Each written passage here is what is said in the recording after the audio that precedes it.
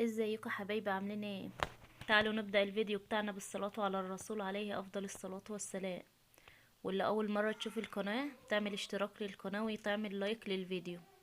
تعالوا نشوف هنعمل ايه مع بعض النهاردة. هنعمل مع بعض الرقاق الطري بطريقة سهلة وبسيطة، وكل المكونات بتاعتنا موجودة في كل بيت.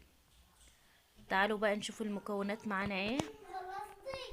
انا بقى اما باجي اعجن ما بوزنش الدقيق او ما بعايروش، لان انا متعوده على كده فباخد بالنظر، لان ايدي في العجين على طول وضايره ومتعوده.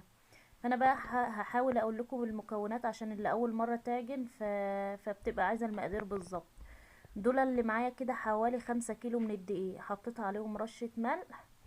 ودول حوالي كيلو وربع من اللبن، وبكمل بقى بميه.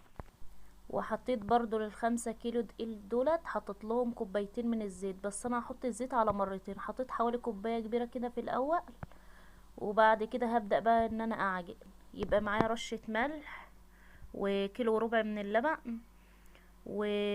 وكوبايه زيت، وهبدا بقى ان انا اعجن. ويا ريت اللبن بقى يكون دافي، لان الجو برد كده والدنيا بقت ساقعه دلوقتي. وهبدأ بقى ان انا اعجن فيه، والمية انزل واحدة واحدة علشان ما يطرش مني زيادة عن اللزوم، واقعد بقى احط دقيق ومية ودقيق ومية. فبالراحة في المية واحدة واحدة كده. انا بقى هنا حطيت كمية اللبن، حطيت كمية الزيت الاخر اللي فاضله، يعني انا حطيت كمية زيت في الاول اللي هي كوباية، وبعد كده رجعت حطيت كوباية تاني، يبقى انا كده حطيت كوبايتين، حوالي كوبايتين.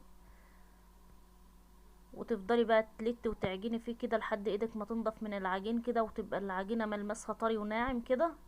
وهو الرقاق بيحب يكون طري شوية عن اي عجين تاني. انا خلاص ايدك كده كانت نضفت كده، وخلاص كنت بدأت ان انا اخلص عجن بقى كده، هلمه كده. انا هنا جبت اللوح بتاعي والدور بتاعي فرشته من الدقيق كده. هو طبعا ما تحطلوش خميرة، فعلشان كده انت ما بتسيبوش يخمر. وفي ناس بتحطله حتة خميرة صغيرة كده، وده لو حابة يعني، بس انا عن نفسي ما بحطلوش. وممكن تستبدلي كوباية زيت بكوباية سمنة لو حابة برضو. انا هبدأ بقى ان انا اقرصه كده لكور كبيرة او صغيرة، على حسب بقى الفرن اللي انت هتخبزي فيه. ده اللي هيتحكم فيك. لو فرنك كبير هتقرصي راس كبيرة، لو فرنك صغير هتعملي على قده صغير. انا بقى هنا رحنا خلاص عند الفرن، وكنا الاول بنحميه كده.